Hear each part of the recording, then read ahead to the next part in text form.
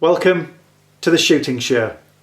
This week, Chris Dalton gives us the next instalment of his deer dog training masterclass before heading out for a back-end roebuck.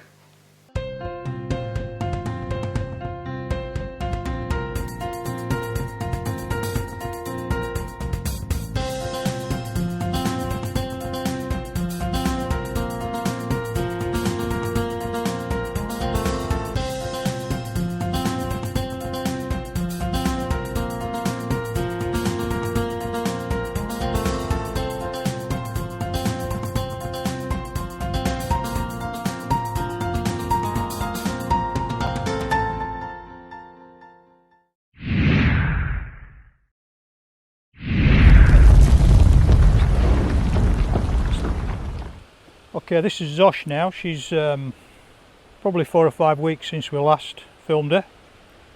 Just introducing a bit of basic steadiness now. So you can see the command I've given her there. I'm just using a hand signal which I want to use out in the field to get her to sit. I've got just an object in my hand which is keeping her focused on that. So what I'm just slowly introducing now is kind of backing off. I want her to stay there while I'm backing away, which she's doing quite nicely. Slightly distracted because of the camera, because normally it's just me and her. So that's what I want when I'm stalking. Just want to be able to put a hand signal, little hiss initially, and she needs to learn to do that for long periods. So I'm quite happy with that. She's coming on quite nicely. You can see a difference in size. You know, she's coming along well. Just sort of moving slowly around her. I don't want her to move, I want her to stay there so that I can, it's sort of simulating if I've got a client or something. I'm going around with the binoculars. She's just sat there nicely, and I'll slowly introduce and extend that period so that I can keep her sat for 10-15 minutes and then for longer periods. But that's good, that's enough for that little bit. So getting her to play with the leg, this is all fun. She'll chew these quite happily for ages. What's that? Good girl. What's that? Good girl. Good girl. Yeah. So again, just introducing that steadiness. That's all I want to do at this stage, just nothing too taxing, just let her play. Okay, I'm just going to do a bit of basic heel work. Heel, good girl. Just to get used to walking to heel. Good girl, heel. Good girl. Heel. Good girl, good girl. Okay, that's nice, a little bit of praise. That's fine. She's just nicely on a slack lead. Still very curious. She's only a pup. Don't want to do anything too much. That's fine. I mean, that's just nicely getting steady. She's got a lot of promise there, so I don't think we're going to have any problem with her at all. So we'll just extend that now over the next couple of months. Get the lead off her so she walks nice and quietly to heel when we're out, and just continue with the steadiness. So it's just a gentle introduction onto a little bit more serious training in a couple of months' time. Dog training session complete. We rejoin Chris the next morning for a proper stalk.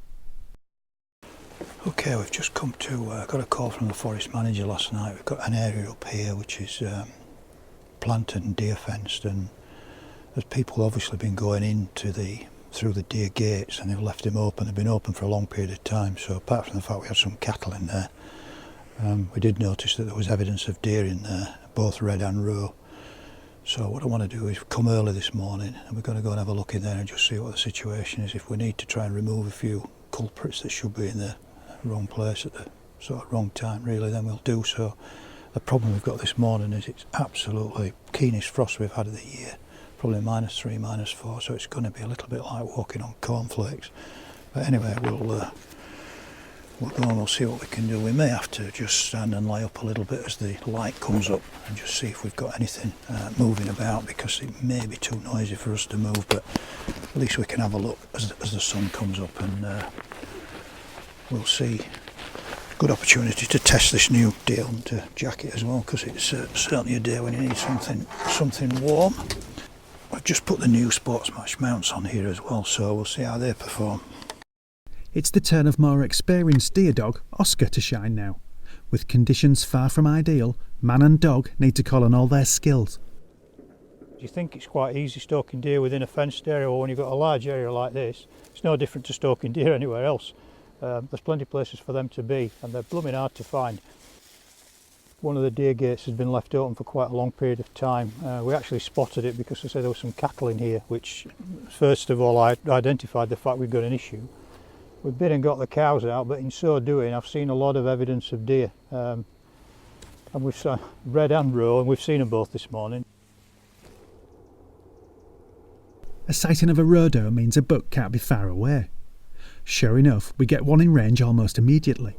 With a cameraman struggling to get it in frame, Chris can't wait any longer, and he takes the shot.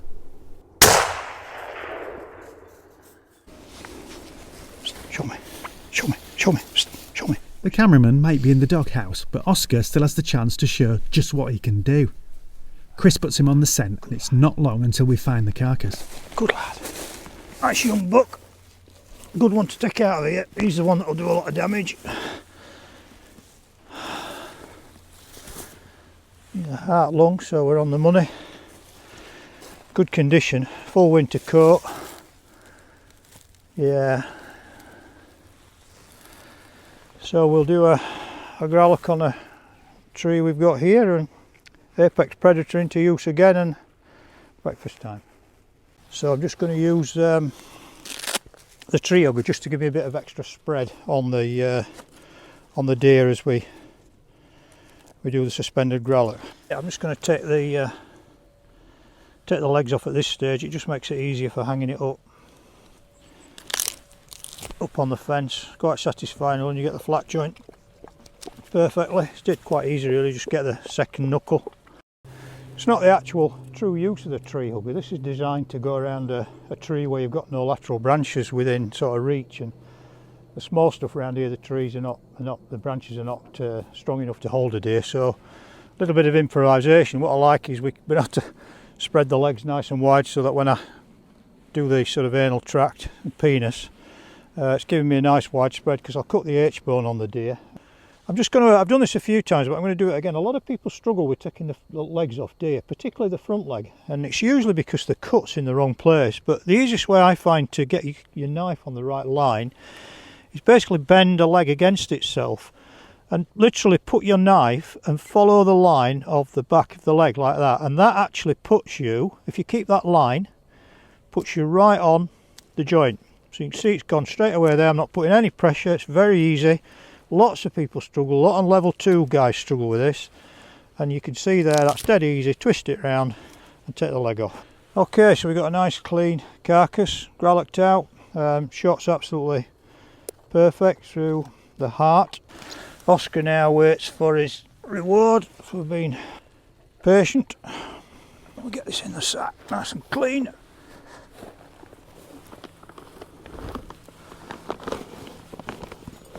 We've got enough room for the head. We'll take that with us. Ready to go home.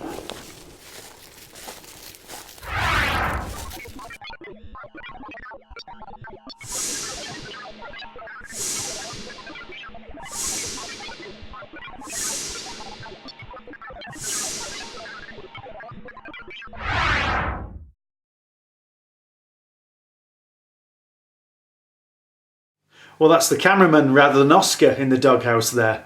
And now it's the shooting show news. This is the shooting show news. Shooting is good for you, it's official. A new report on the personal value of shooting finds that shooting enhances your physical and social well-being. It helps get more adults active, reduces social isolation, and encourages people to engage with the natural environment. 91% of respondents to the report said that without shooting they would spend less time outdoors. Head to the Basque website to see the full report. We could have seen the last of double trap at the Olympics. The event, which has seen 2 British gold medals since the turn of the century, is on the chopping block as the ISSF tries to promote gender equality in Olympic shooting. It's now formally recommended that double trap, as well as prone rifle, be replaced with mixed gender team events. There'll be a final decision in the middle of next year. Keep reading Clay Shooting magazine to stay up to date. A Scottish Government report has defended the use of packs of dogs to flush out foxes. The Bonomi report backed the use of a full pack of hounds, saying that using just 2 dogs would not be as effective. And it praised hunts overall for making a major contribution to the social cohesion and community spirit of the locality and to highly valued features of rural life. And finally, Don't forget you've got less than 5 weeks to get your airguns licensed if you live in Scotland. If you don't, you could face prison and a fine. It becomes an offence to own an unlicensed airgun in Scotland from the end of the year, but police backlogs mean that even if you've applied for a licence, you might not receive it in time. In that case, you'll have to store it with your local dealer or give it to someone with a licence. If you have a shotgun or firearms certificate, you can keep your airguns until your current certificate expires. That was the Shooting Show News. Well, that's it for this week. Thanks for watching. Please like us on Facebook and follow us on Twitter. And if you're not a member of Basque, it's time to join now. Basque, looking after your sport, looking after you. This has been The Shooting Show.